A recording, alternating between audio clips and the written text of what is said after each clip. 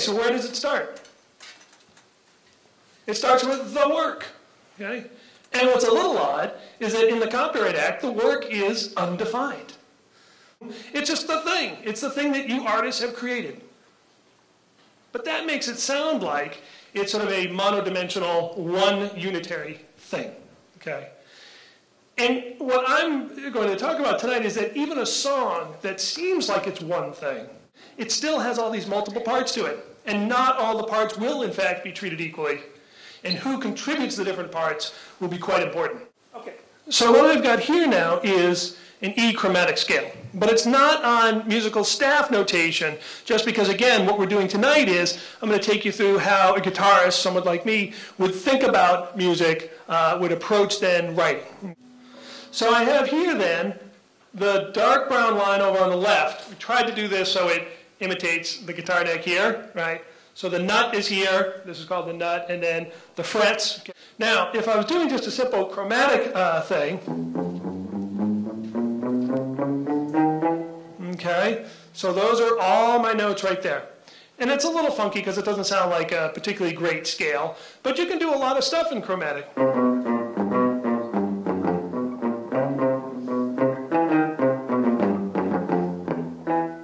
So you can kind of riff around, and so you start to hear a lot of jazz music will use, the full chromatic range, okay?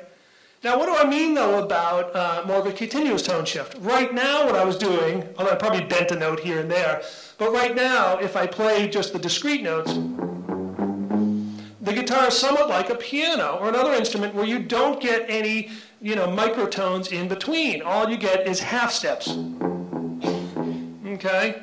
So the guitar is nice that way because it's very precise, like a piano is. You don't have to worry about intonation in the same way that you do if you're playing, say, a fretless instrument or a horn or something where, you can accidentally get a lot of pitch waver on it. But at the same time, the guitar is nice because you can bend notes.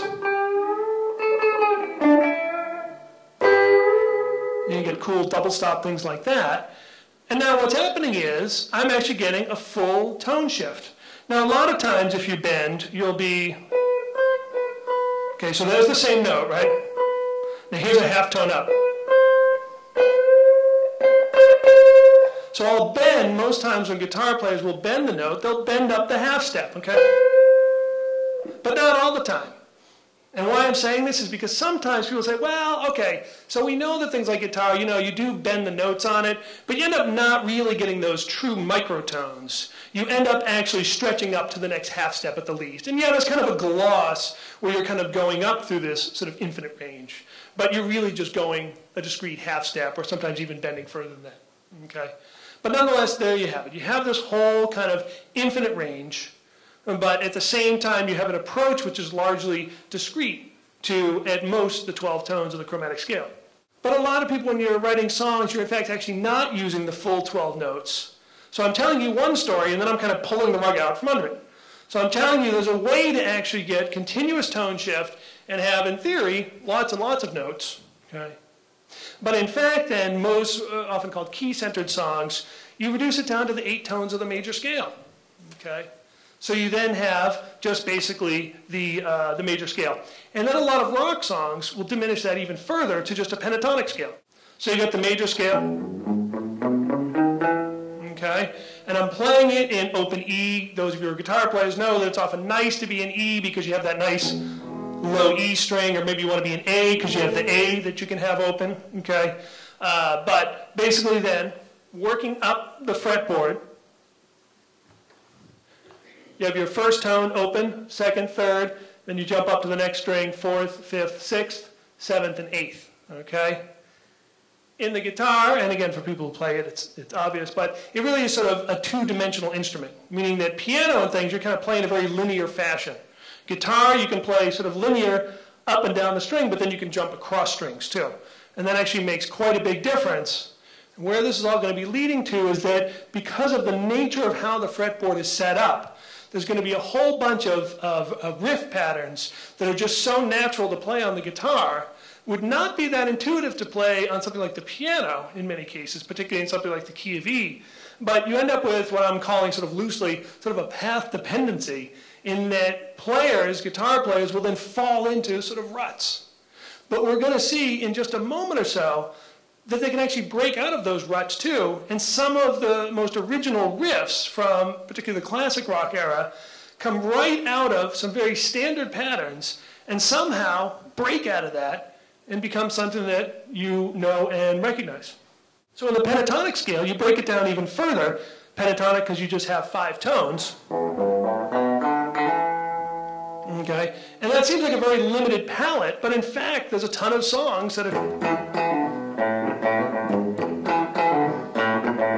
I'm just kind of loosely doing that old Zeppelin song, right? And now let me jump back for a moment. As I was saying at the outset, there are all these different ways of approaching writing songs.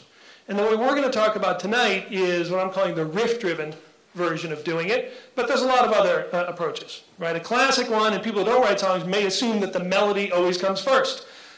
Now, it begs the question of what the melody is, and that's another thing we're going to talk about a little bit tonight, is that in a lot of rock and other kind of pop songs, other forms, there's not necessarily always one traditional clear melody that is the thing that leads or drives the whole song. Instead, there's lots of other things going on, okay? But you could write a song from the melody first. You could write it from lyrics first. I've got some lyrics, and now I'm going to put some melody around it. You could do the chords or riffs first, which is what we're going to focus on tonight. And you can do some or all of that simultaneously, okay? Some other music theory conventions, right? Intervals are things where you're playing 2 notes at the same time. Okay, a chord is where you get 3 at a time.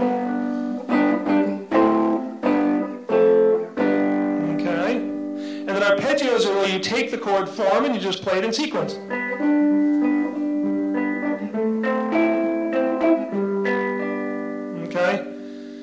And that's what's normally thought about when you're writing songs. You're thinking about all those devices. But there's also the bass and the harmony lines, and that's what we're actually going to shift to and focus.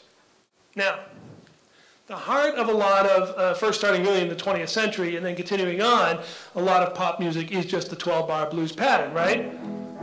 And so what is the 12-bar blues pattern? Well, it's this. I didn't really come up with a good notation for it, so, I apologize for it being a little awkward, but you've got here, meaning the 1, the tonic chord, built off the root.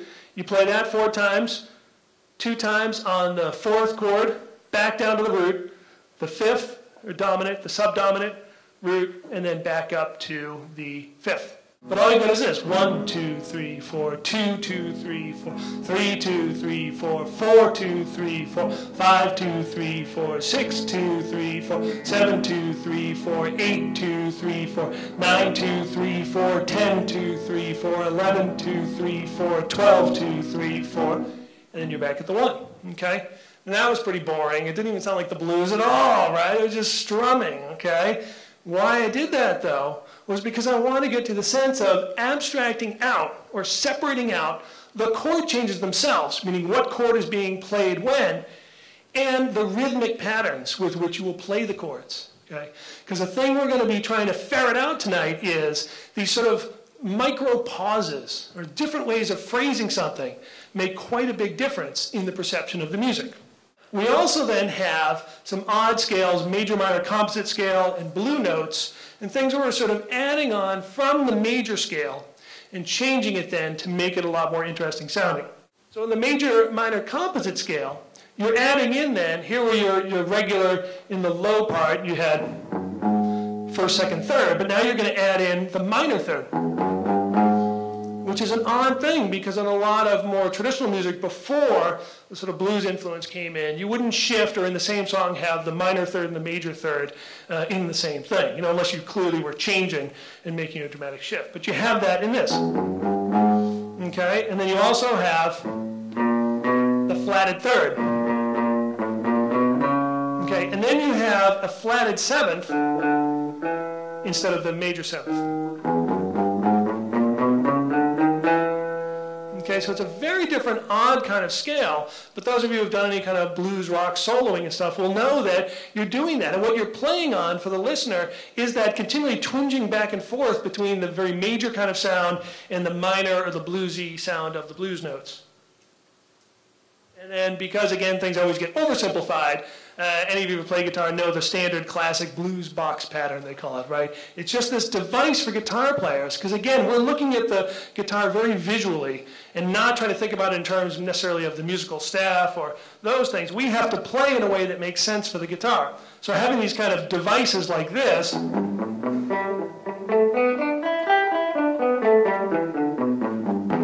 doesn't sound like much, but going back to that pentatonic scale that I was talking about, you can then do a lot of solos and things. And so a lot of melodies and things you've heard over blues songs are actually nothing but this simple blues box pattern, okay? Now we'll start doing something that sounds a little more interesting, okay? The first thing we'll do is we'll take from the basic E chord, and then we're going to add on the sixth. And there it is. The sixth tone is just kind of being added on. So you're starting to get something that sounds a little more interesting. And then you can add the seventh too. And then you get even more fancy.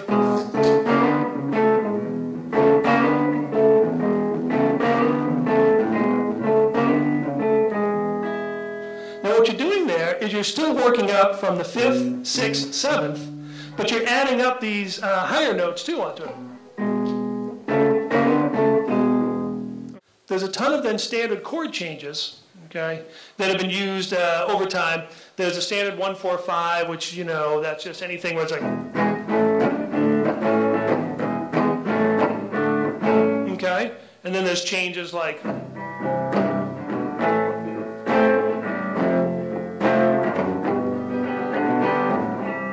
okay, and then there's other things like, and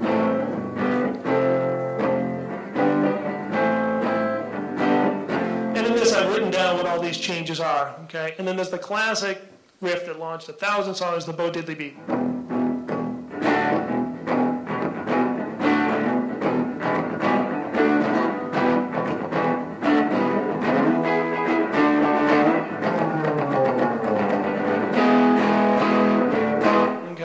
So you get that, and then that's pretty distinctive sounding, right? It's the Bo Diddley beat. But the thing is, how is that captured? Now we're going to start pulling all this together, okay? So here's my first question to you guys. Is that protectable by copyright? I mean, let's say it was not done before, and somebody comes up with that and says, here's my thing. I got no melody, I've got no lyrics, I got nothing else. I got this thing. What do you think? Here's our problem now. We're kind of stuck. Yet this thing has a ton of value. Why does it have value? Because people still build songs around this riff to this day. More modern bands like U2 have done it. Okay? They had that song Desire back in the 90s. It was totally, had one extra chord in it, but it was clearly just a Bo Diddley thing. Okay? So now, going back to you guys as songwriters off Chord Changes, you could take something like that, tweak it a little bit, come up with something new. But maybe we just have to say, as Bob suggested to us, that we're just out of luck with it, right? So how would I make something protectable around this, though?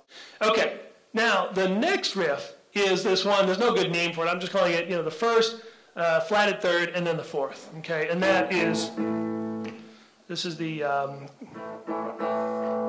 used a lot of different ways, but.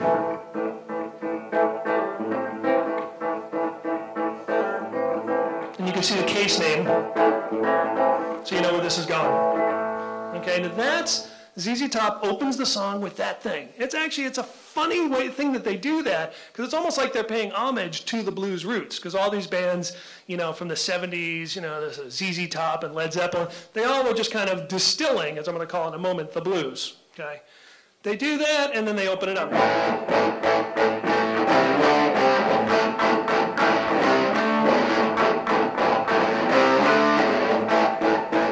You're like, well, okay, that sounds a little different.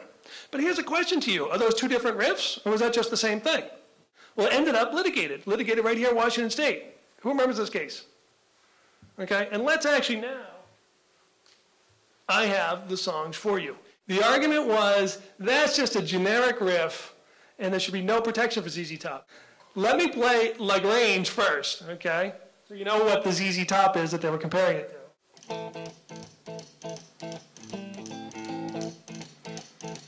Okay, so a little intro, right? And I'm telling you now, that's really just out here. standard chord progression. That takes its time. About to check outside the games. You know what I'm talking about. Just let me know. And the melody, it's not that distinctive of a melody, right? I mean, the sound of his voice is kind of funky, but I mean, there's nominally a melody there, right? I just want you to hear the rocked up part.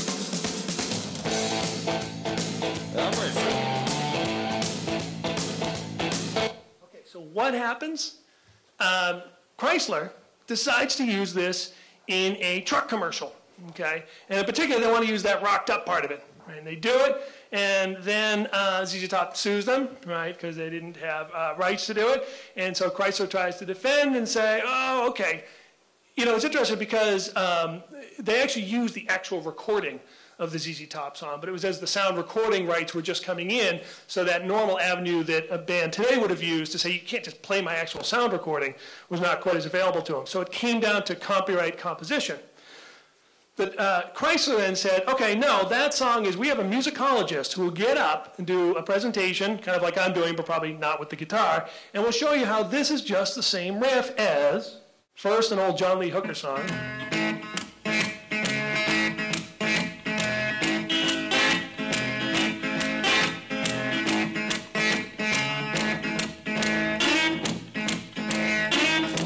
So what do you think? Is it the same riff?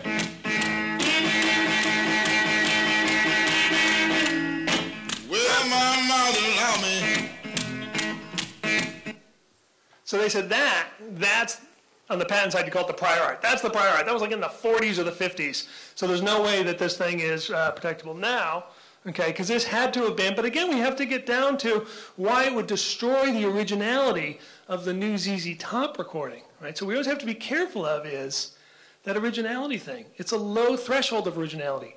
Here's Spirit in the Sky.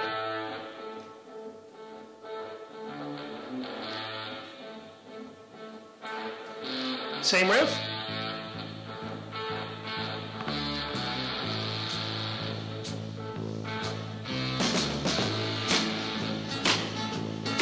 Let me play a little bit, because getting out the feel of the song, too. Okay?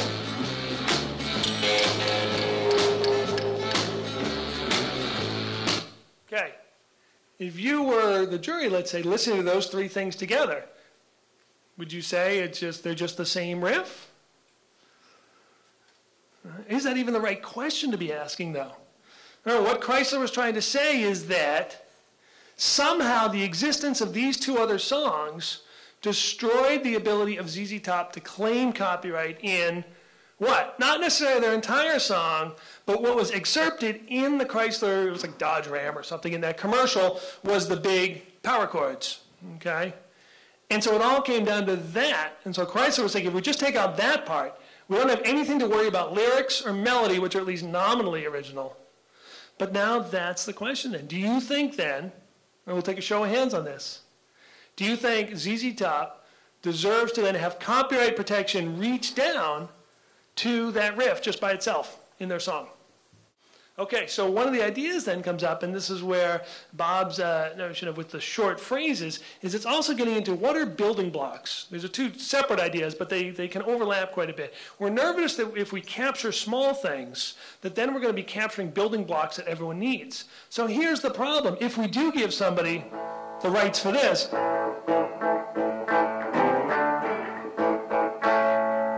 no one else can do that? Okay, so that's what ends up being at stake. Okay? Now we're going to plunge ahead with some other songs now because we're going to see where, despite that idea, nonetheless somebody can take some basic progressions and still make them seem that I think most of you will agree. You'll end up, I almost guarantee you, putting your hands up and saying, oh, I see how that should have been generic, but it's actually not when I listen to it.